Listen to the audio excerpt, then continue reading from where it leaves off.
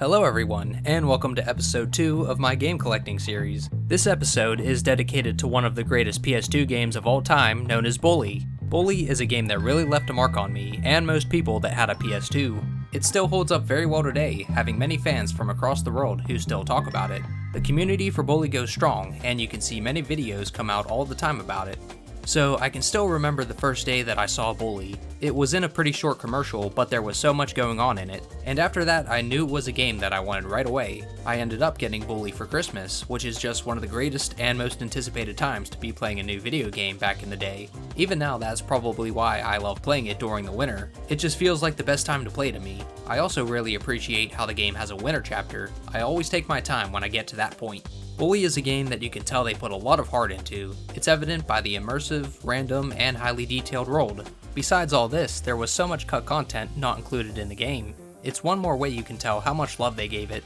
There's much more cut content than what I could put in one video, but my favorites are the Beta Boys dorm that had a second floor, the Christmas presents collectibles that were available during winter, and the Grottos and Gremlins minigame, even though there's not a lot of info on that one. I usually have a hard time picking favorites, but it's definitely within my top 3 favorite PS2 games. I've played through Bully so many times now, but for the longest time I would play through and something random that never happened before would happen, and it's just something that I love to see. It makes the game feel much more lively to me. The soundtrack is a masterpiece too. Sometimes I could just stand around in game listening to them. Everything, even the main walking theme, is perfect and fits the mood of the game. So now onto the collection and merchandise. The first thing I have to show is a rare collection of Bully promotional items that were given out for the Harrington House contest. This contest was held in the US and the UK, each having their own assortment of prizes that were given out to 5 lucky winners. The prizes each used the name of their respective game title. The prizes in the UK all used the title Canis Canem Edit, while all US prizes stuck with Bully. The US prizes included a cricket bat with Bully written across the side and the logo at the end, a wooden slingshot, which was the best prize of all in my opinion. It's a small replica with Bully written on it, and it has actual elastic tubes with a pocket, so maybe it could have been used. Then a skateboard deck with the Bully School logo in the middle, a dodgeball with the Bully School symbol, which was likely to be the same type that was sold on Rockstar's store at the time, a button set featuring the many symbols from the school logo, the rat, snake, skull, fist, Bully text, and then the entire symbol, a brass paperweight of the Bully School logo, a notebook with the Bully School logo, some pencils, a blue and yellow rugby jersey with the school logo on the shoulder, a t-shirt with Bully written across it, a roller, and a few stickers. Though interestingly, one of them is a Canis Canem Edit sticker. Then the bottom one reads, "My child was expelled from Bulworth Academy," which is fully shown in another sticker I'll show later. Some of the UK prizes were the same, but again had the Bully text swapped with Canis Canem Edit. Altogether, there were less prizes, and they didn't get some of the better ones like the slingshot, skateboard, or cricket bat. So the UK version came with a set of marbles with some of the symbols from the Bully logo, the skull, fist, and Canis Canem Edit text, another set of buttons, but with Canis Canem Edit instead of Bully, but they have all the other same symbols. Another dodgeball, similar to the US version, but with the Bully text again, replaced with Canis Canem Edit. The Bully Skull symbol is still displayed on the other side. This is the rarest version of the dodgeball, and there's no photos of it online, only clips of it that the Nathan NS posted in some of his videos. Then a roller with Canis Canem Edit written across it, a set of pencils with Canis Canem Edit written on them, a notebook, a rugby jersey swapped with the Canis Canem Edit text and school logo on the shoulder, a dark blue t-shirt with Canis Canem Edit written across it, and another sticker set with 2 of the same ones from the US set. There was also a contest in Spain, where more of the same promo items like the marbles, pencils, polo shirts, and rollers were given out. The contest was run by the March 2007 issue of PlayStation 2 Revista Oficial, which was a PlayStation 2 magazine published in Spain. All you had to do was text the correct answer to a question into the magazine and win. The question was fairly simple too. All they asked was what the name of the game was called in the United States, and they made the answer fairly obvious too, which was just Bully of course. So it seemed like this was more of a first come, first serve. And this was another way to win a set of the marbles, pencils, polo shirt, and a ruler. There were only 25 sets of these given out, so they are some of the rarest promotional items besides the other Harrington House contest prizes. The slingshot might be my favorite item that I found while looking around for stuff. The in-game slingshot is definitely one of the most iconic items and really fits in perfectly with the theme of the game. Knowing that a bully-themed slingshot exists in real life is just really cool.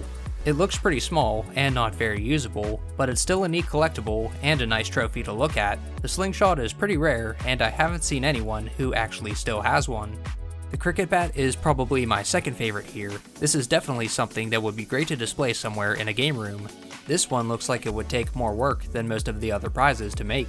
Maybe that's a part of the reason why they didn't give them out to the UK. The brass paperweight is actually pretty neat. There's probably a lot of ways you could display it instead of just using it for what it was intended. The skull sigil really hasn't been shown in such a neat way before. Then there's just the notepad and pencils, maybe a bit bland, but still worth mentioning for their rarity and history. A lot of these promo items were also shown in photos from the Bully Collection campaign website, including some other rare items like the skateboard designs. These don't look like physical skateboards, it looks more like promo art for the game, or maybe an inspiration for your own designs. Besides the contest skateboards, there's one more unique skateboard design that I found. This especially rare skateboard was posted on the GTA forums. Apparently, these were given out to Rockstar employees that worked on Bully, and there's only a dozen of them in the world. That could possibly make this the rarest collectible of all. This is the only board I've seen with this particular design. The ones from the contest prize aren't the same, making this one a bit more unique. The marble set comes with 6 marbles total and a pouch to hold them with. The marbles have a few different designs, which include a skull symbol, the fist symbol, and the Canis Canem Edit text. And the pouch itself is also embroidered with Canis Canem Edit. I don't think I've ever actually been this interested in a set of marbles until I found these out. One other thing worthy of mention from the Bully Collection site is the promotional displays that were put on top of taxis in New York City. I don't know how many of these there were, or if they were used in any other cities. This is the sole photograph showing this sort of advertisement. It's a pretty basic display with Bully's logo and the schoolhouse's symbol, along with a link to the Bully page on Rockstar's website.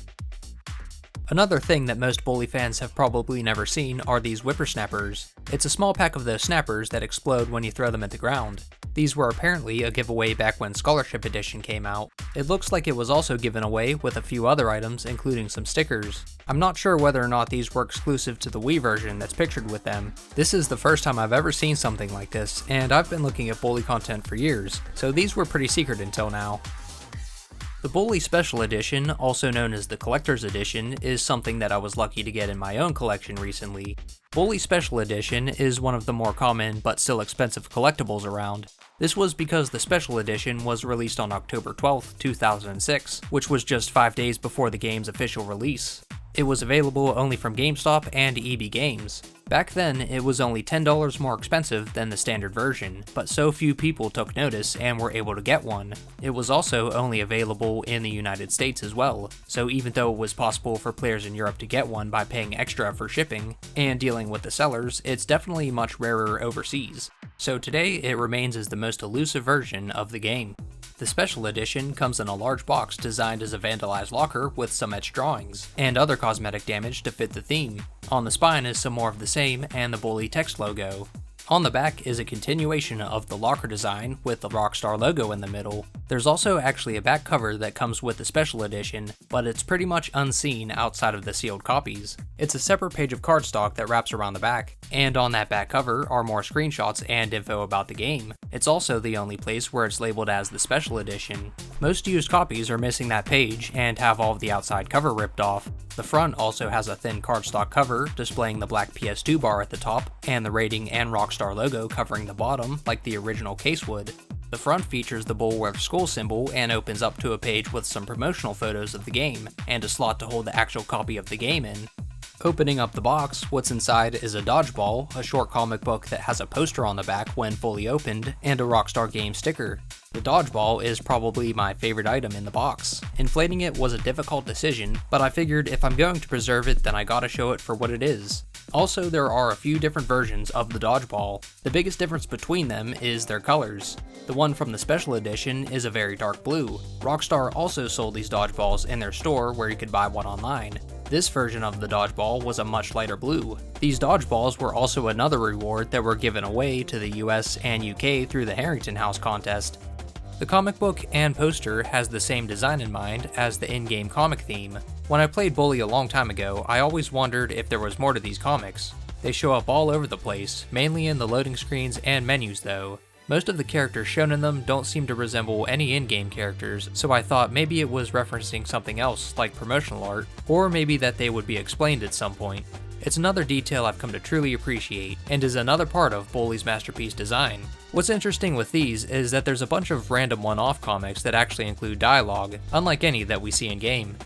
Some characters are recognizable like Russell, Algie, and Edna, while others are complete strangers that never made it into the game. One of the removed characters, Sid from the Punk Clique, is in here too. The poster that opens up on the back features a large cast of characters. It's another good mix of known and unknown persons. Though it looks like there might be some stains on the page, those seem to be intentional since I've seen the same ones on other people's comics as well. The sticker is not all that interesting. Out of everything here, it's the easiest to find. They come in all sorts of colors and have been given out with many of Rockstar's games. There's a very rare promo sticker of Scholarship Edition though, given away in Germany at a Gamescom convention. I didn't expect to go on this long about a sticker, but it's actually pretty neat.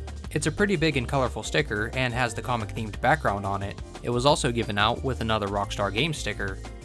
There's many different posters as well, so I probably didn't find every last one here. There were so many that showed up in magazines and in several other promotions. There were actually 2 posters you could even get from Rockstar's online store. They're no longer sold now, but the winter themed poster and another with the Jimmy and Mandy art in it was on their site. There were also 2 posters that were used in in-game stores and on the street, which was again the one with Jimmy and Mandy, and a different variation of a winter poster. There was also a pretty neat Japanese poster I found. This one was for the Scholarship Edition release in Japan, featuring the Jimmy and Principal Crumplesnitch stare down. Besides the Japanese poster, my favorite is definitely the winter posters, for all of the same reasons that I like the winter parts of the game. It's a nice reminder for me. The promo art of the Principal and Jimmy staring each other down was one of the most commonly used. It showed up everywhere, and also showed up in a US poster for Scholarship Edition as well. It's one of the more famous images that also showed up on the Game Informer magazine that vilified Bully, and got all overly dramatic about its controversy. If you find any other rare posters that I didn't mention, or magazine pages, please do share. I always like to see my favorite games in old gaming magazines, and more Bully content is always welcome. Here we have a rare Bully promotional disc. This disc is the PAL version, and as far as I can tell, it's exactly the same as the PS2 version, sadly. The most interesting part about it really is the case and its history. The cover has a unique design, but the disc itself looks pretty standard. I've seen the same style on other PAL promotional and demo discs. Many PS2 games had discs like this distributed to reviewers and their own employees for them to check it out before release. These ones in particular are extremely rare to come across. Supposedly this one belonged to an executive from Sony. So the front cover is pretty plain. It features the skull symbol with a blue background like the game case would. Since this is the PAL version, it's named Canis Canem Edit. The inside sleeve is also basic. There's no manual included. It just has a short page of info and a list of the controls. So unless someone can uncover more, it's a standard but rare promo copy that has the full game on it. There's also an Xbox 360 PAL promotional disc for Scholarship Edition.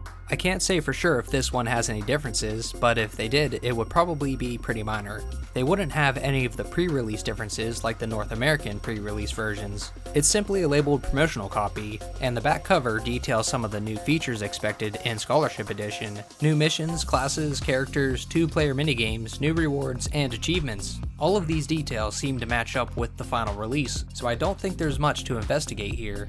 Besides these 2 promotional discs, it's surprising that Bully had absolutely no sort of retail demo, not to mention these are actually just the full game. It was never even included in any bundle demos as far as I know. They did run a lot of commercials, contests, and were included in some magazines though, so maybe they thought they had it covered with all of their alternative advertising methods. There's also 3 different press kits that I was able to find. Thanks to SWEGTA for sharing these kits and the discs in their entirety. The first one is the US press book. There's a lot of beta info and designs in this. Reading through, you can see that a lot of the surroundings in the buildings have some slight differences, like in the gyms with the wooden veneer panels or ladders or something. Miss Danvers was even named Mrs. Danvers before. The pages have detailed descriptions about how they plan to market the game and the features they wanted to include. Of course, a lot of what's listed here did get cut. There's really too much beta info to analyze since I just want to cover the merchandise for now, but you can read through and take a look at everything to see for yourself. The next disc is a German electronic press disc. This disc also came along with a review copy of the game and a press booklet. On the press disc is a lot of promotional art, screenshots, movies, and a general description of the game in German. It doesn't really describe any beta info, just the basics of the game like why it's named Canis Canem Edit, how you can explore and interact in the lively world, and experience the crazy dialogues. Though in many screenshots and movies you can see some beta features like in the other press kits, such as the beta Bulworth skull symbol. The last press disc he showed was a Spanish disc. It's really similar to the others and has many of the same screenshots, logos, and info. The main difference is that this one included a document that none of the others had. There's a text file named A Day in the Life of a Bulworth Student. It's a long description of a typical day that Jimmy Hopkins would have. Again, like the other US kit, they describe some beta features like choosing classes that were ultimately cut. Then it has possible activities that might happen during certain times of the day. This file is probably the most interesting in the press kit, since the other kits have all of the same art and movies in them. To celebrate 10 years since Bully's release, Rockstar decided to release a digital version of Bully called the Anniversary Edition. I was happy to see them release this because it reminded many old fans that this game still has an impact this much later, and it brought back a lot of interest to everyone who played it and many who never have. Though gameplay-wise, it's probably the least favorite of any version, with players having bugs, crashes, and plain just not being able to play. Also the fact that it's Scholarship Edition, which many players didn't favor over the original. Anyway, I'm still glad we got something for it after so long. As far as collectibles go, they gave out a few items as promo gear for the release. The big item they gave away was the Anniversary Edition themed iPad, which is really just an iPad with the anniversary art and logo on the back. But it's the only merch that actually has that logo. They also gave out a few different types of t-shirts and hats that say since 2006. They even gave out more dodgeballs again. The soundtracks are another especially rare item. It seems there's 2 different discs for the original version and just one for the Scholarship Edition. The first disc has the standard Bully logo on it and features 26 of the game's soundtracks.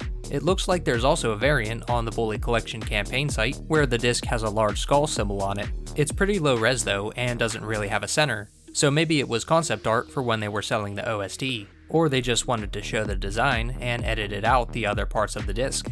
Then there's the Scholarship Edition OST disc, which is much easier to find. This one is included with the PC version of the game. It looks like some non-click character is giving Ernest or Donald a wedgie. There's nothing special on it though, it has all of the same 26 songs that the other versions have.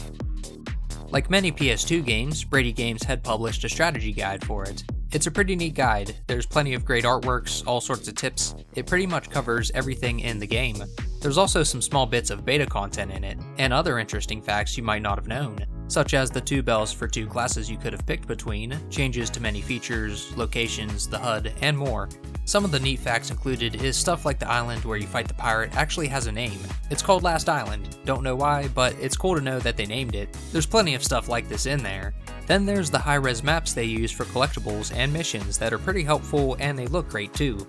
There's also a huge guide for the 50 errands that pulls out. It details everything about them, including their locations, rewards, and gives you some tips. I've taken a good look at a few strategy guides by Brady Games, and Bully seems to be one of the higher quality ones.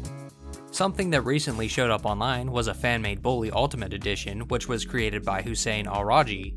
The first time I took a look at it, I thought everything was real licensed Rockstar merch. He designed and made everything himself, a statue, skateboard, hat, jacket, and a cricket bat. The quality of his work turned out perfect. I love everything he did on the statue especially. It's a scale model of Jimmy standing on a tile platform with the slingshot, paddle, and a stink bomb broken open.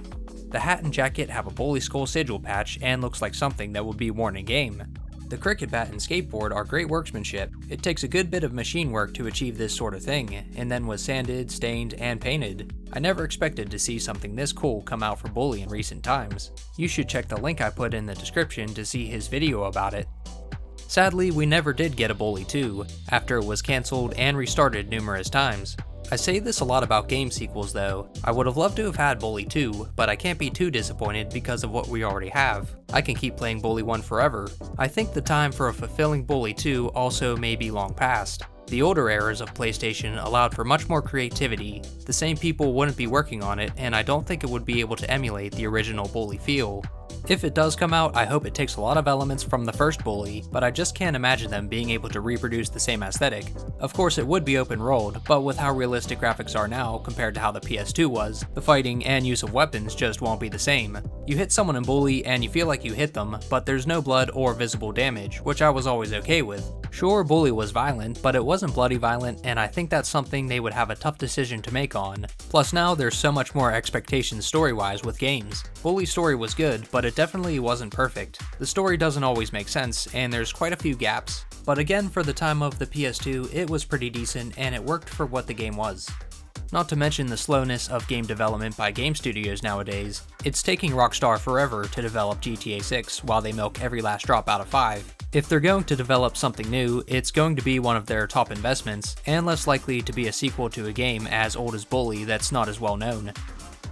Alright, and that's everything I have to show for Bully. I tried to find everything of interest that I possibly could, but it's always possible that I missed something. If I end up missing too much in some of these episodes, then I'll do a follow-up later. Also, there are some things that I will purposely keep out. I won't always list every version of the game, because those are usually easy to find and not too special. We all know there's a US, PAL version, greatest hits, etc. Though if there is a certain version that's particularly interesting, then I'll show it. Besides that, stuff like strategy guides that don't have much in them, or overly common merch, I may not include. We'll see about that. Thanks for watching. This was one of my favorite videos ever to make. I even got to include fan works and a lot of great photos from people that let me use them, so thanks to all of you that did. It really made this special. I'm glad to see tons of active fans for Bully still, and this game will for sure remain as one of my all-time favorites. There's many more games and collections I plan to cover, so if you enjoyed this video, then please subscribe. This is Shaztopia. Have a wonderful day.